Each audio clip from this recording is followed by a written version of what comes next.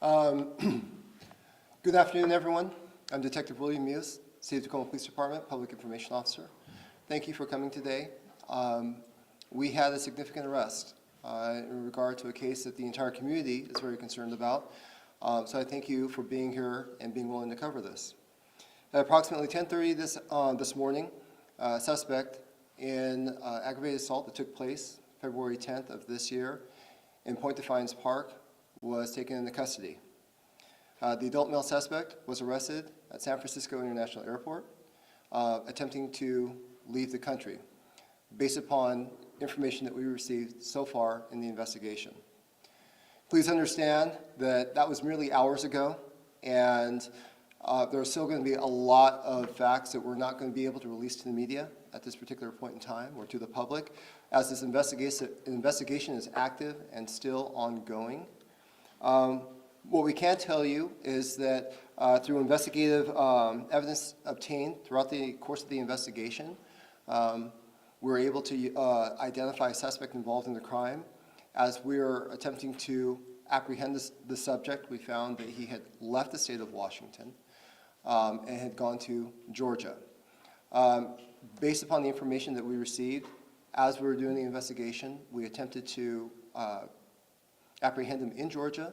And when our detectives went to Georgia, working with other agencies, we found that he had left Georgia and was now flying to San Francisco, and ideally to a location outside the United States. We don't have that exact information quite yet. At this particular point in time, we're not identifying him by name. He was taken into custody peacefully, without incident, and we hope to extradite him soon, based upon working with the prosecuting attorney's office here in Pierce County, extradite him back here, in which case we may be able to provide more information, more details that you may be curious about. There are going to be some questions about some things, and I'm attempting to answer those questions now. We do not look at this gentleman as a suspect, or this man as a suspect in any other crime that we're investigating at this point in time. He has no local criminal history, and we are not aware of him being a suspect in any other type of crime like this or anything else. We have no information on whether he's been involved in any similar incidents. That being said, the investigative efforts of our detectives here have just been absolutely amazing, but we would not have been able to do it without the courage and the strength of our alleged victim in this matter, the woman that we refer to as Jane. Jane made herself available to us at one point in time to share her thoughts, her feelings on what happened, share her experiences and her thoughts. She was contacted in person today, so she is aware of the fact that the subject has been arrested. It is her request at this particular point in time that we respect her privacy. The media, the public respect her privacy as she goes through this process. In addition to Jane, who we'd like to thank for her help in this matter, we want to thank the Washington State Patrol Crime Laboratory for their assistance in this investigation. We also want to thank the Port of Seattle Police Department. They assisted us in this investigation. And then several marshal's offices, federal marshal's offices.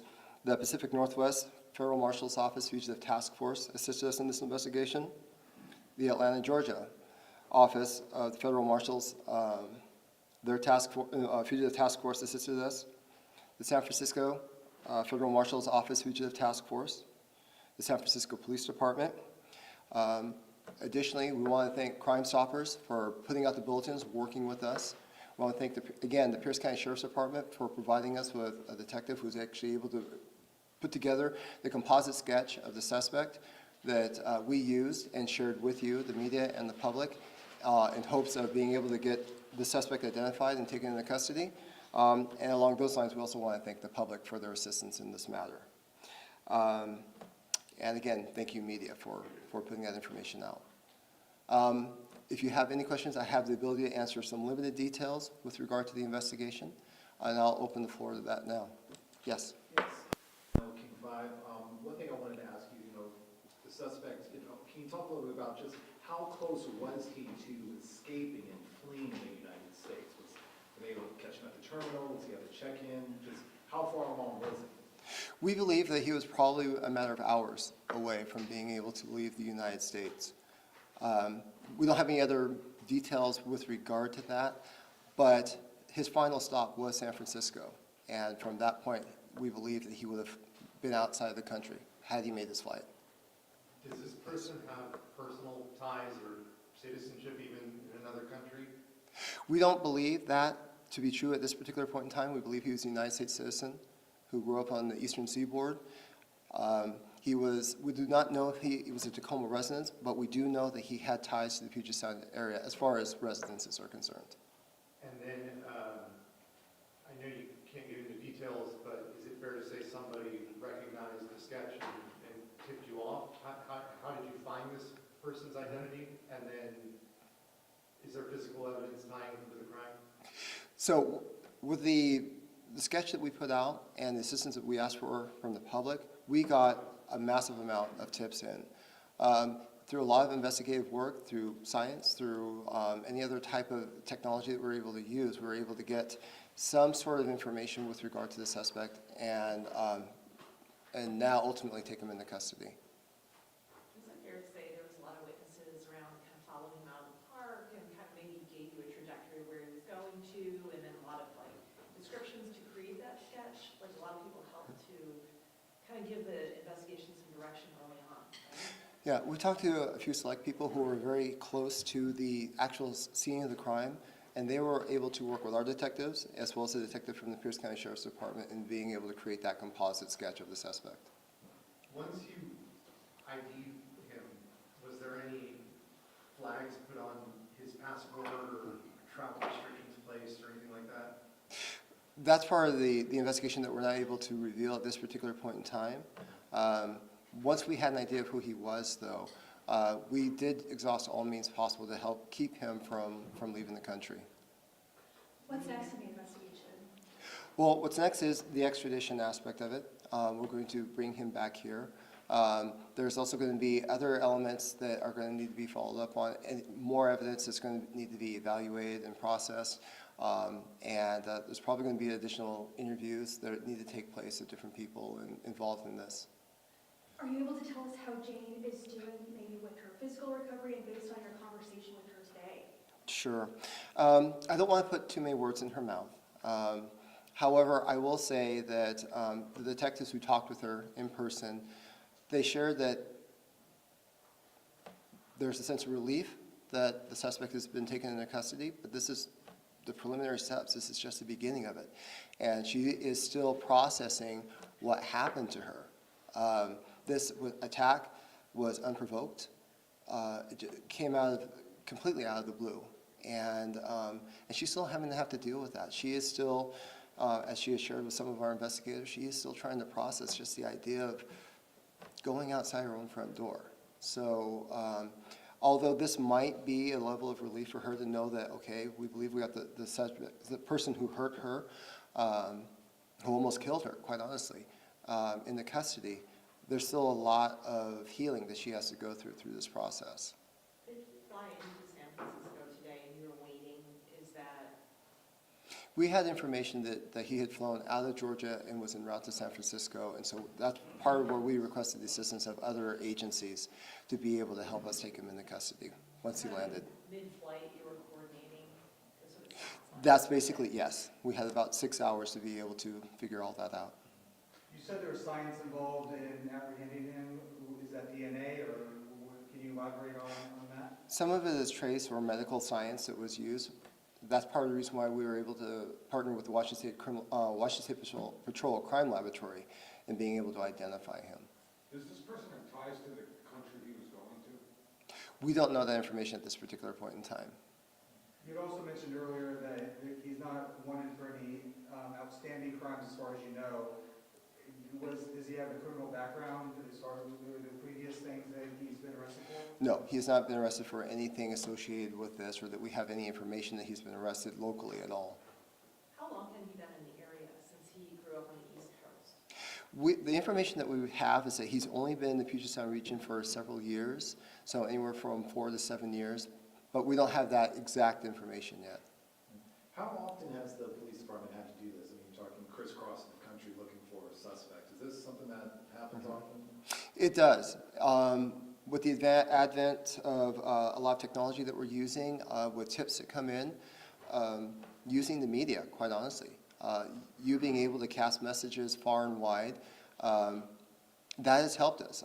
In my time in being with the police department, there have been a lot of times where we develop probable cause for a suspect who's sort of fallen off our radar and has shown up somewhere else. And our detectives and our officers, at the drop of a hat, will leave everything behind, their family, their friends, cancel plans to fly across the nation to assist in apprehending somebody and bringing them back here.